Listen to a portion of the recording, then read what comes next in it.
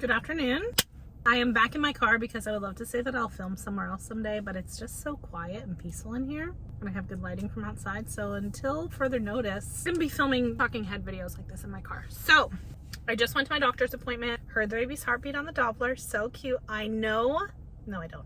I have the gender in an envelope. I'm not even going to look at it. I'm not going to let them just, okay. And I'm going to give it to a friend. I think we'll probably do something like cupcakes or a little cake or something. Hopefully have that later this week. I really just want to rip it open and look at it. But I also think that'll be fun to do like a little surprise thing. I spinach in my teeth. No. Always get myself something to eat after the doctor's appointment, usually because I like forget to eat before or I'm just starving afterwards. So I was feeling kind of queasy and gross and nothing sounded good, but spanakopita. It's spinach pie from Yanni's in Ocean City. It's my favorite. It's so good. And they give you huge, I mean, there was a third one. I already ate it. But look at it. It's so beautiful. And it's also kind of healthy maybe because it's just full of spinach and also cheese, but that's a good crunch. Look at that.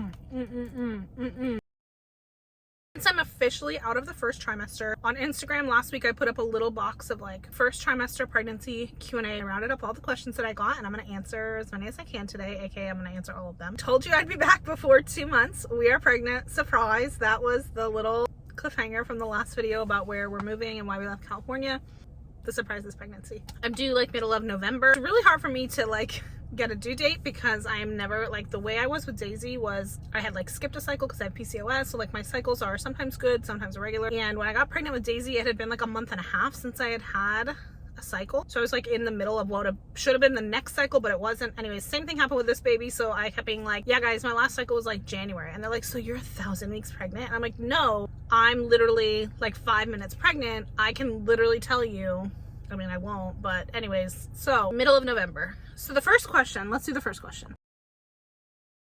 Did I do anything, any kind of treatments to conceive? No. All 5 of my pregnancies have happened without any medication involved in order for me to conceive. When I was trying to conceive before I got my ovarian wedge resection surgery, I did like a couple rounds of Clomid with like trigger shots, and then I did 11 rounds of Femara and none of those worked. So once I got my ovarian wedge, I didn't even try to do any medications. I was just like, we're gonna see what happens. Every time I've gotten pregnant, it has just been, I've gotten pregnant, which I'm really grateful for. I have used progesterone supplementation in every pregnancy except for the one this past August because I didn't have a like provider or anybody to give it to me. It helped with Daisy.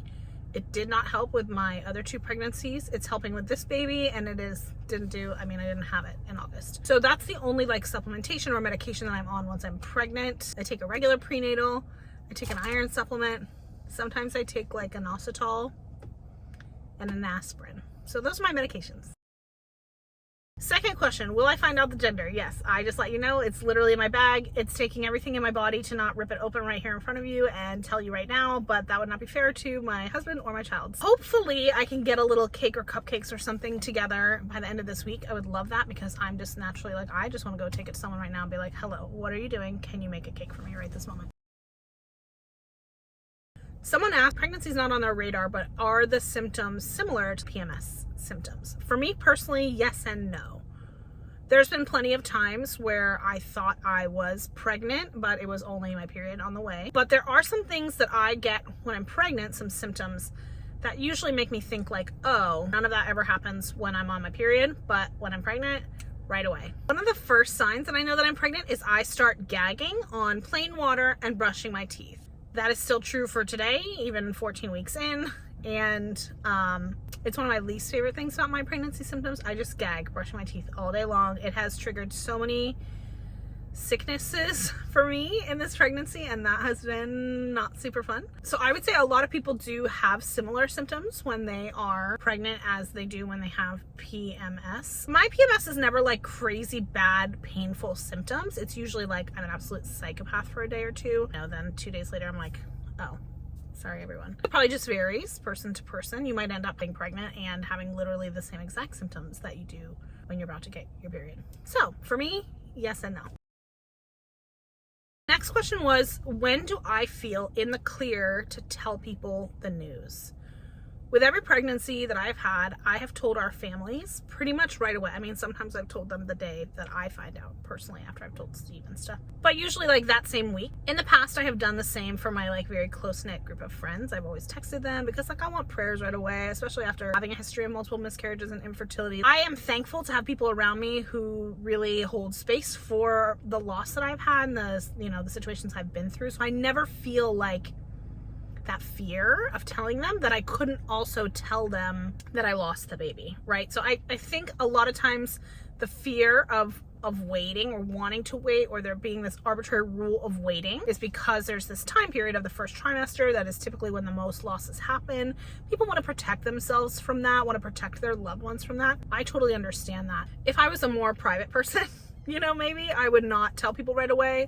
Or if I wanted just something for me and Steve, I would probably not tell them right away. But to us, personally, me personally, I love to tell the people that I'm closest to right away so they can celebrate with me. I'm a mom from that moment, you know, I have a baby from that moment, and it really is such a joy for me to be able to celebrate every single day that I get, because I don't know if it's gonna be a couple weeks long or totally to term, you know. So that's kind of been my approach. I will say with this past pregnancy, because I had a miscarriage, an early miscarriage in August, we told our parents right away. I told my really close friends right away, all of that stuff, our siblings, and then I lost the baby like very quickly after. And it's really hard to have that conversation, you know, even when people are so kind and compassionate and generous about it. And so this time around, I waited probably like a week or so. We waited probably like a week or two to tell our parents and our siblings. And then I waited until my first ultrasound to tell my like really close friends and stuff, because I just feel like, and I know this isn't the case and no one is making me feel this way, but I was sick of being like, feeling like I was the bearer of bad news, like, hey guys, exciting pregnancy, actually don't get your hopes up, JK. Well, for me personally, this time around I waited just a little bit longer, and then I shared it on social media like after our second ultrasound. I would have shared earlier if I felt like it, but sometimes I just, you know, it's like we had so much going on at that time that I was just like, I'm just gonna wait anyway. So we waited till like end of first trimester or whatever. So I would say that really depends on you, how long you want to tell people. Some people don't even tell people until they're like, surprise, there's a baby, it's outside of my body, you know? So, and that's cool too. But for me personally, I like to tell people like as soon as I feel like I can. Do you have any feeling about what the gender is? First of all, for the first part, I was like, no, I have no feelings. I literally have no clue. I have no inclination. When we had Daisy, I was like, this child is a girl. I can sense it, I can feel it. And I don't think I would have been disappointed if I had been wrong, but we just both felt like it's a girl. And then the other day when I got my 12-week ultrasound, I was like, oh my gosh, like, is this baby a boy? Like, it was the first time I thought like this could be a boy. And is it? Like, I feel like it might be. And if it's not, it's okay. I still don't feel like so strongly like this is a boy, but everyone I've talked to is like, it's a boy. So I don't know. But I would say if I'm leaning on any, and I'm like also like, am I subconsciously doing that because it's like I already have a girl? Or, but no, because I think there's plenty of people who like only want girls or only want boys, or like, you know, I know there's plenty of people who want one of each, whatever. If I had to pick, I'd say I would lean more towards thinking it was a boy. It's like my first instinct that just like popped up. But really, I don't know. And we're gonna find out together soon. I mean, I'll find out first, but then you'll find out. How many times have you been to Taco Bell? Let me tell you. Probably 4 or 5, and that's just from when we left California, which doesn't sound like a lot.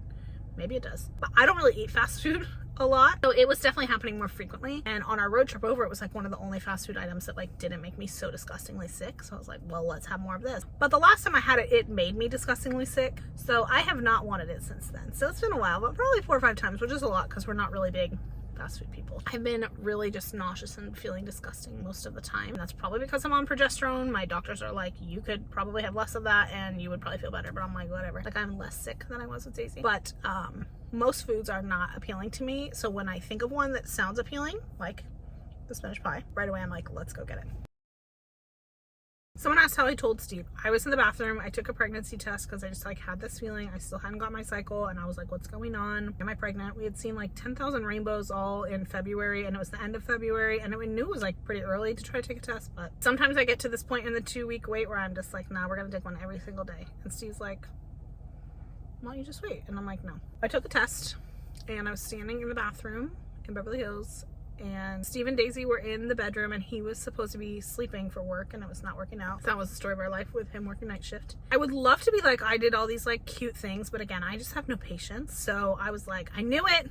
And he was like, you knew what? And I walked out and I was like, it was like just those little tiny one faux sticks, the little pink ones. And I brought it over, and me and Daisy and Steve just like celebrated. We were talking about it. I was so excited, telling Daisy about their sibling right away. Yeah, so it was a really special little moment for us, even if it was just like pretty simple.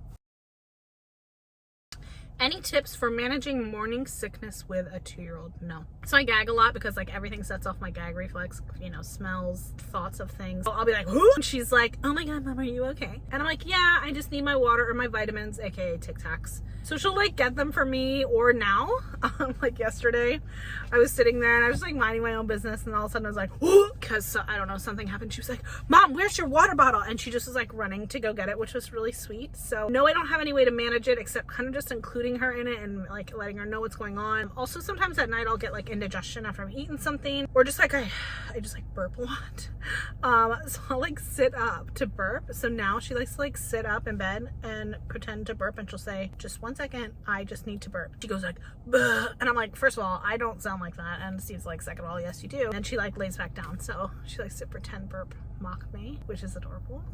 I have leaned on television more than I normally would when I'm not feeling well. Thankfully, the one thing I will say is because of all this craziness in our life, Steve has not been working and I have not been working. So Steve has been a huge help for me. I mean, he's changed pretty much every poop diaper. He takes out all the trash, which these are things he did anyway, you know, to begin with, to help me. Made dinner so many times, you know, like just really, really helping me even more than he usually does. I'm really thankful for that because he helps me like play with her and, you know, do all of that stuff when I really don't have the energy or I don't feel really well. So just communicating that to her and then having help from Steve has been huge. Take the B6 Preggy Pops drops. I hate the name, but I got them on Amazon. Tic Tacs. Water with IV hydration, or like so much lemon in it that you can barely tell it's water anymore, because I don't like the taste of water when I just literally gag on plain water. In the beginning, I was nauseous if I wasn't eating, and I was like, great, this is gonna be a pregnancy where I gain 900 pounds. But now it's just like nausea whenever, for whatever reason, even after I eat. So I just try to like, I have these like protein shakes that I like. I'll try to put them in the description, the name of them. I know I've shared them before. They have like 10 grams of fiber, 20 grams of protein. They don't taste horrible. So like that has helped me a lot. A lot of plain pasta with butter at night, and really just trying to do what I can, asking for help when I need it, and communicating with Daisy like that I'm not always going to be this low energy and not available. Seems to do well, but and understand. Someone asked if sickness was better this time around, any like pregnancy symptoms similar to than last time. It has overall been better than with Daisy. I still have been very nauseous and vomiting a lot. But with Daisy, I literally threw up every single day until week 20, and I haven't thrown up in like a week or so. I still have some lingering nausea and stuff. It has been a lot better. I've had other symptoms that are more frustrating, like gastrointestinal symptoms that I don't love, and smells this time around. Literally so many triggering smells. Like veggie straws, French fries, hate the smell. Things like mildly burning, hate the smell. Obviously the gross smells are disgusting and they send me into a tailspin. Smells thing has been a huge thing for me, just like really bad. And I do not remember having that with Daisy. I'm really tired. I was tired with Daisy too. But I feel like I'm more like, I'm going to bed really early and taking naps and stuff that I didn't do as much. But Steve said I did, so I don't know. Overall, the sickness has been less, and I'm really grateful for that, because that is really isolating and hard. And I hope that I was the most sick with Daisy that I will ever be in a pregnancy, you know, so. Am I fully vegan and pregnant? Do I crave meat? So I have not been fully plant-based in a while. I would say I'm like 98% plant-based. So I don't call myself vegan because vegan people will come for me, and I'm actually like literally not, blah, blah. But at the same time, I eat a mostly plant-based diet, so I wouldn't say like we don't buy chicken for every night. Do you know what I'm saying? So like occasionally I'll have something if I'm eating out, or I'll have fish. Occasionally I have dairy. I've had a lot of dairy in this pregnancy because it's like one of the only things weirdly that I like feel like I can eat. So when I'm pregnant, because I'm so sick, I can like only tolerate a few foods anyway. For a while, I just eat whatever I feel like I can eat, and what doesn't sound horrible coming back up. I don't really crave meat though. I did when I was with Daisy, but I had like an iron deficiency problem at the time, so that was probably part of that. I don't really crave meat, but I don't stay like 100% vegan I try to be like vegetarian as much as possible because I don't really like love meat either. Like I enjoy some things. I turned my camera because there was a man in the video for like 3 minutes, whatever. So I don't really crave meat. I don't like seek it out, but I will eat it if I'm like feeling like that's what I could, you know, I could have. And I don't stay 100% vegan when I'm pregnant or when I'm postpartum. I just do what I feel like I can. And again, naturally, I like to eat more plant-based things anyway. I don't ever get like a hankering for a steak. But like in the first trimester, I wanted basically no vegetables. So again, it was a lot of pasta with Parmesan cheese on it. It's not helpful. Some smoothies, some cereals. A lot of my plant-based and decision to eat plant-based is like environmental decision, and because I just feel the best when I eat plant-based. But I also wonder if it's because like my hormones are better, more balanced when I'm pregnant, that I don't have really as many food reactions as I do when I'm not pregnant. That could be totally like conjecture and me just like spouting crap. So it's obviously it's like not science, but personally that's how it's felt. So I don't really put any like restrictions on myself when I'm pregnant. And last question, do I like the same names as last time? Do we have any names thought of, picked out? If we have a boy, we know the exact name we're using and I'm not sharing it, and I won't share it till the baby is born. I like to keep something for myself. If we have a girl, we have some names that we thought about for Daisy that I don't know if we'll use again, so I won't say anything. We have about 5 to 7 girl names that we like, no middle names yet. I'm trying to find something that goes well with Daisy, isn't too like common, but also isn't too obscure that she's gonna like hate me her whole life for the name that I gave her. Some ideas for girls, a definite idea for a boy, and that's about it. Thanks so much for all your questions. This was really fun. I would love to hear about your own pregnancy experience, if anything was similar to what I described, if you're pregnant now, if you're feeling any of those similarities. My phone is being a little beat today, so I'm gonna end it, but this was really fun. Thank you so much for watching. If you like this video, give it a thumbs up or subscribe. I'm gonna try to document this pregnancy more. I didn't do it a lot with Daisy because it was the pandemic and I just was not feeling it. I'll most likely do my gender reveal stuff on Instagram and TikTok first.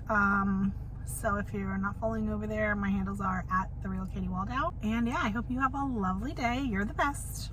Bye.